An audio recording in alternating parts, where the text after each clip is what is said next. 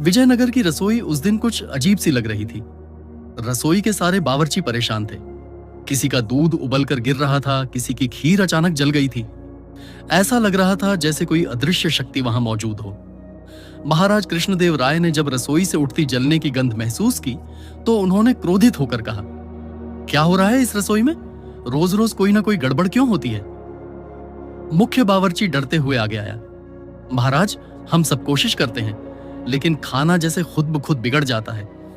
कोई जादू जैसा लग रहा है। महाराज ने भौहें चढ़ाई और बोले, क्या रसोई में भूत घुस आया है? रानी भी आ गई और बोली, या फिर किसी ने इस रसोई पर टोटका किया है। अब राज दरबार में चर्चा होने लगी। कोई कहता भूत, कोई कहता टोना और कुछ कहते ये कोई गुप्त साजिश है।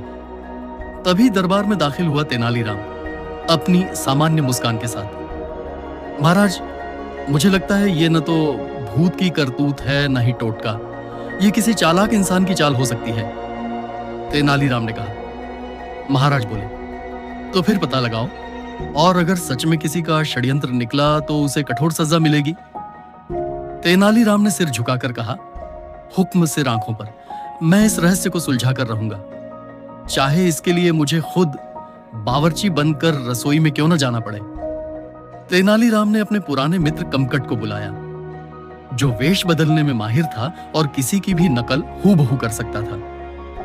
कमकट, तेनालीराम ने फुसफुसाते हुए कहा, तुझे कल से महाराज की रसोई में काम करना है। खुद को नया बावर्ची बताना और आंखें खोलकर देखना कौन क्या करता है, कौन क्या छुपाता है। कोई बात छोटी ना समझना। कम्बकट ने सिर हिलाया और अगले ही दिन सफेद कपड़े पहनकर रसोई में पहुंच गया। नाम रखा बांकेलाल बावर्ची। वहां रसोई में अजीब घटनाएं फिर शुरू हुई।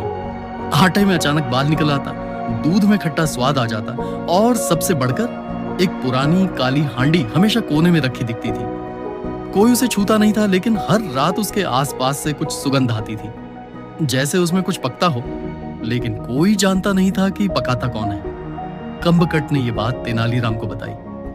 मालिक, उस काली हांडी में कुछ गड़बड़ है। दिन में वो वीरान कोने में पड़ी रहती है और रात को उससे हल्की रोशनी और खुशबू आती है, और जो भी उसके पास जाता है अगली सुबह बीमार हो जाता है। तेनालीराम मुस्कुराया, तो अब खेल दिलचस्प हो गया है।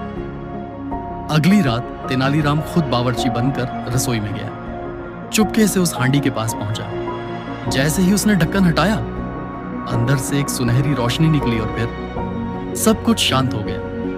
तेनालीराम ने देखा, हांडी के अंदर कुछ नहीं था, लेकिन उसकी दीवारों पर कोई चमकदार चिन्ह उभरे हुए थे, जैसे तांत्रिक संकेत। अब बात साफ थी, यह कोई जादुई हांडी थी जो रसोई में अजीब घटनाओं की जड़ थी। लेकिन इसे यहां रखा किसने? तेनालीराम के मन में सवाल उठा। अचानक पीछे से आवाज आई, क्यों तेनालीराम, अब सच जान गए? पीछे मुड़ा तो देखा वही रसोई का बुजुर्ग बावर्ची मंथराज खड़ा था, लेकिन उसकी आंखों में एक अजीब चमक थी। तुमने ही ये हांडी रखी है? तेनालीराम ने पूछा। मंथराज हंसा। हाँ, और अब तुम इस रहस्य को जान चुके हो तो तुम्हें भी इसका हिस्सा बनना पड़ेगा, वरना। तेनालीराम ने अपनी तलवार निकाली और कहा, अब सच्चाई का स्वाद महाराज को चखाना ही पड़ेगा। तेनालीराम की आंखें मंथराज पर टिकी थी और मंथराज की आंखों में छल, घमंड और रहस्य चमक रहा था। मैंने ये हांडी वर्षों पहले एक तांत्रिक से पाई थी, मंथराज बोला। उसने कहा था कि जो भी इस हांडी की शक्ति को समझ जाएगा, वह लोगों की सोच और स्वाद दोनों को बदल सकता है। तेनालीराम चौंक गया। तो तुमने इस हांडी की ताकत से रसोई में गड़बड़ की ताकि लोग बीमार हों और तुम्हारी मनचाही दवाइयां बिकें? मंथराज हंसा। बिल्कुल, दरबार में मेरी जड़ी बूटियों का व्यापार ठप हो गया था। अब जब हर कोई बीमार होगा तो मेरी कमाई दुगुनी होगी, और ऊपर से महाराज को लगेगा कि बाकी बावर्ची नाकाबिल हैं। तेनालीराम ने गहरी सांस ली। वह समझ गया था, यह सिर्फ रसोई की नहीं, बल्कि पूरी दरबार की छवि को नुकसान पहुंचाने की साजिश थी। और अब तुमने जो देख लिया है तेनालीराम, तुम जिंदा नहीं रहोगे, मंथराज ने कहा और पीछे से एक चाकू निकाल लिया। लेकिन तेनालीराम कौन था? वो पहले ही चौकन्ना था। उसने तुरंत पास पड़ी लकड़ी से मंथराज का हाथ रोक दिया और पल भर में उसकी चाकू दूर जा गिरी। तेनालीराम ने एक सख्त आवाज में कहा, अब इस हांडी का इस्तेमाल मैं करूंगा, लेकिन साजिश के खिलाफ। अगले ही दिन दरबार में सभा बुलाई गई। तेनालीराम ने सबके सामने वह काली हांडी पेश की और पूरी कहानी सुनाई। महाराज स्तब्ध रह गए। इसका मतलब मंथराज हमें बीमार बनाकर अपना व्यापार चला रहा था? तेनालीराम ने सिर हिलाया। और यह हांडी जादुई थी। इसमें पकाई गई चीजें लोगों के दिमाग पर असर डालती थीं, उन्हें भ्रमित कर देती थीं। महाराज ने क्रोधित होकर कहा, मंथराज को बंदी बनाया जाए और सारी हांडी जड़ी बूटी की जांच की जाए। मंथराज ने भागने की कोशिश की, लेकिन पहरेदारों ने उसे पकड़ लिया। अब बारी थी हांडी की। तेनालीराम ने कहा, महाराज, यह हांडी कोई श्राप नहीं, वरदान भी बन सकती है, अगर इसका उपयोग भलाई के लिए हो। इससे हम नई औषधियां बना सकते हैं, अगर इसे सही लोगों के हाथ में सौंपा जाए। महाराज मुस्कुराए। और उस सही व्यक्ति का नाम है तेनालीराम। अब जब मंथराज को जेल भेज दिया गया और हांडी तेनालीराम के कब्जे में थी, पूरे दरबार में उत्सुकता थी। क्या वाकई इस हांडी में कोई जादू है? तेनालीराम ने दरबार में एक छोटी सी घोषणा की, मैं 7 दिन में इस हांडी से एक ऐसा औषधीय पेय बनाऊंगा जिससे शरीर मजबूत होगा और दिमाग की शक्ति बढ़ेगी। सब चौंक गए, यह कैसे संभव है? लेकिन तेनालीराम ने कमर कस ली।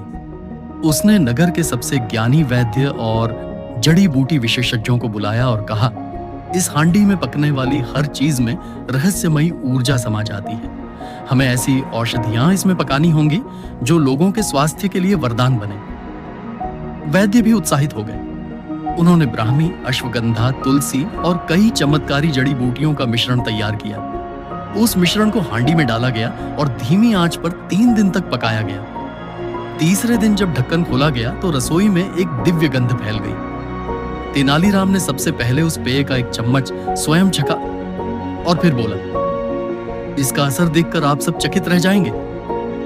अगले दिन राजमहल के सैनिकों, वृद्ध दरबारियों और रोगियों को वह पेय दिया गया। 3 दिन बाद परिणाम सामने आया। सैनिक पहले से दुगनी फुर्तीले हो गए, वृद्ध दरबारी बिना सहारे चलने लगे और बीमार लोग स्वस्थ होने लगे।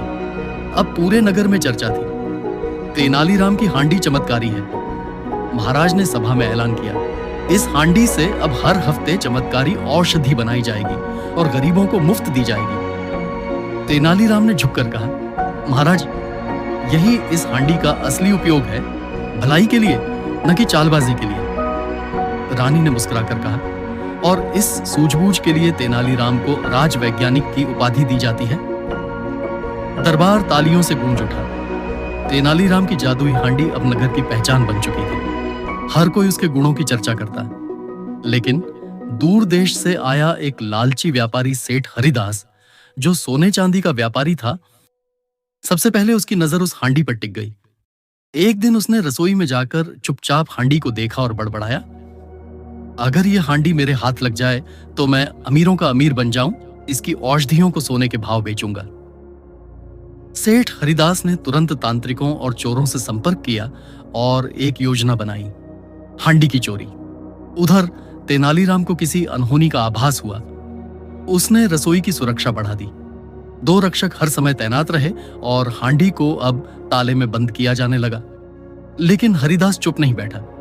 रात के अंधेरे में उसने अपने 2 लोगों को भेजा।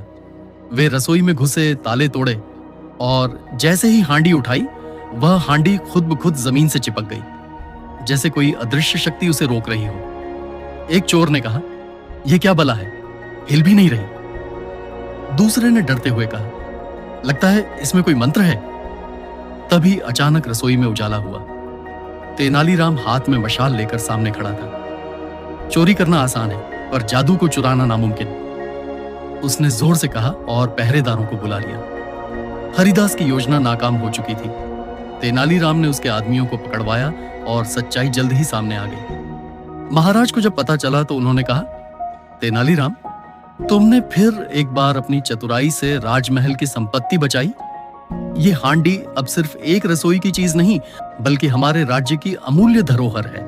तेनालीराम ने सुझाव दिया, इस हांडी की एक नकली प्रतिकृति बनाई जाए, जिससे असली को कभी खतरा न हो।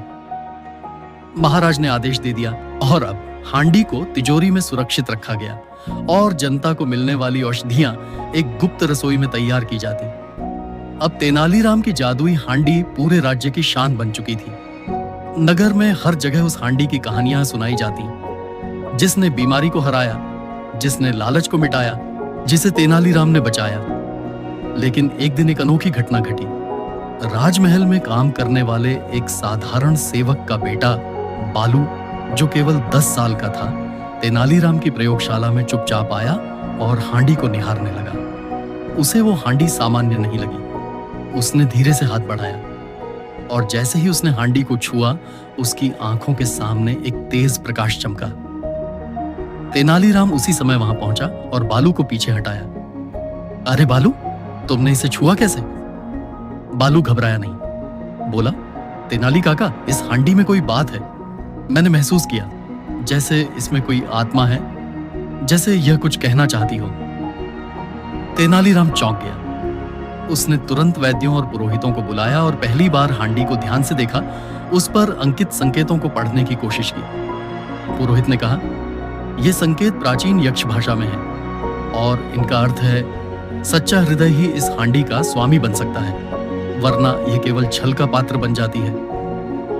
तेनालीराम भावुक हो उठा। इसका मतलब जब मंथराज ने इसे लालच से उपयोग किया तब इसने जहर उगला, लेकिन जब हमने सेवा का भाव रखा तब इसने अमृत दिया। तेनालीराम ने महाराज से आग्रह किया, महाराज, यह हांडी एक जादुई यंत्र नहीं, यह एक शिक्षा है। यह हमें बताती है कि कोई भी शक्ति तब तक सार्थक नहीं जब तक उसमें नियंत्रण, नैतिकता और सेवा का भाव न हो। महाराज गंभीर हो गए। उन्होंने कहा, तेनालीराम, तुमने हमें सिर्फ एक चमत्कारी औषधि नहीं दी, तुमने हमें सही सोच दी, सच्चा रास्ता दिखाया।